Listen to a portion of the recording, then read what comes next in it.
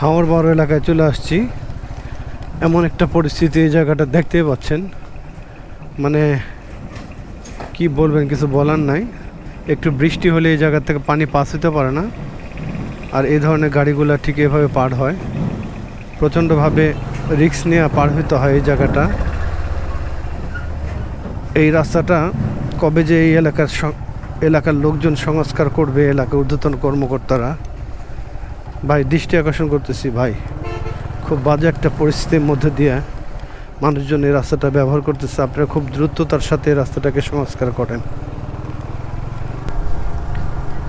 সামান্য একটু সামনেই ঢাকা-রিচা মহাসড়ক।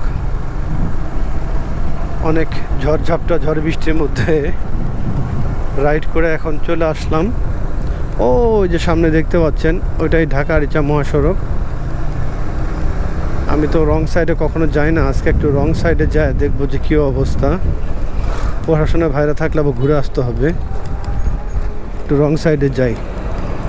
ঢাকা-রিচা মহাসড়কে উঠলাম, এটাই কিন্তু ঢাকা-রিচা মহাসড়ক।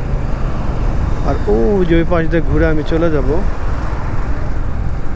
যেহেতু আজকে একটু রং সাইডে আসছি। যদি পুলিশ ভাইরা থাকে তাহলে একটু ঝামেলায় পড়তে হবে, আর প্রশাসনের ভাইরা না থাকলে সেক্ষেত্রে চুপ করে পার হয়ে যাওয়া যাবে, কোনো অসুবিধা নাই। গাড়ির গতিগুলো কি সেই রকম।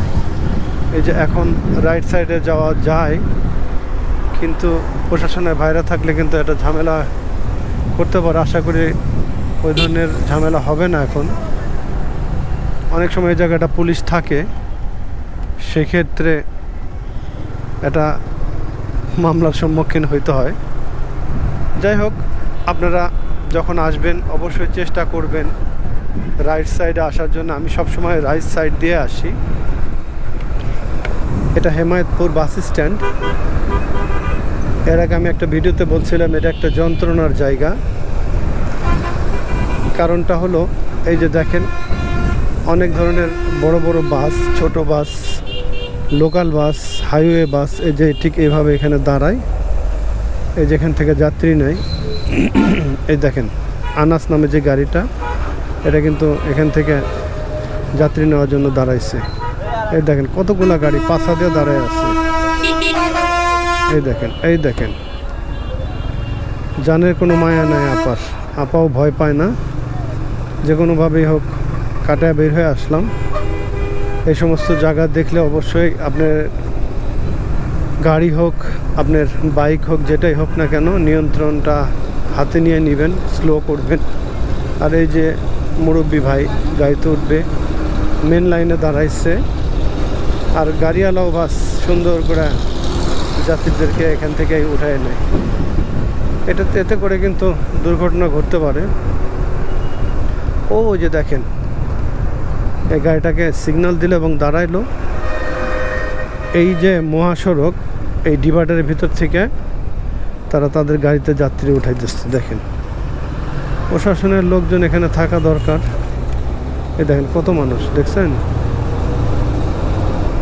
অথচ ওই পাশে কিন্তু স্টপেজ আছে, সেই স্টপেজ থেকে উঠতে পারে, কিন্তু তারা উঠবে না। তারা এই রাস্তার মাঝখানে এসে দাঁড়ায়, আর প্রত্যেকটা গাড়ির ড্রাইভার ভাইয়েরাও সুন্দর মতো সেই যাত্রীদেরকে এই মেন রোডের ভিতর থেকে উঠায় নিচ্ছে। যাক, এদের ভালো বুদ্ধি হোক, সেই অপেক্ষায় রইলাম। আর সে পর্যন্ত সাথে থাকেন, ভালো থাকেন। আর এরকম ভিডিও যদি আপনাদের ভালো লাগে অবশ্যই চ্যানেলকে সাবস্ক্রাইব করে পাশে থাকবেন। আর ফেসবুক পেজ থেকে দেখলে ফলো দিয়ে সাথে থাকবেন। আল্লাহ হাফেজ।